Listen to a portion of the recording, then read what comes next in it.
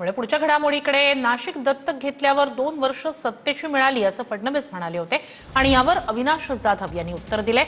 काही काळ सोडला तर इतर वेळ फडणवीसांकडे सत्ता होती आणि तेव्हा नाशिकसाठी का काही केलं नाही असा सवाल अविनाश जाधव यांनी केला।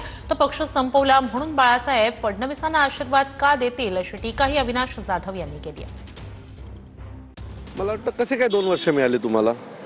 2017 ते 2025 या दरम्यान तुम्हीच महाराष्ट्राचे मुख्यमंत्री आहेत। मधला जर 2.5 वर्षाचा कालावधी सोडला तर तुम्हीच उपमुख्यमंत्री किंवा मुख्यमंत्री आहात। ज्या वेळेला मनसेची 5 वर्ष सत्ता होती त्यावेळेला आमच्याकडे तर कुठली सत्ता पण नव्हती, तरी सुद्धा राजसाहेबांनी अनेक गोष्टी त्यात CSR फंडातनं करून दाखवल्या।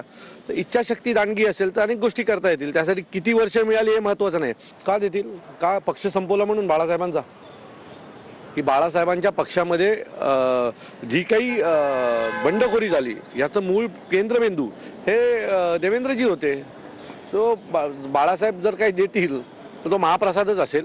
मला वाटत नाही की बाळासाहेब ज्यांनी पक्ष फोडला किंवा ज्यांनी ह्या सगळ्या गोष्टी केल्या त्यांना कधी आशीर्वाद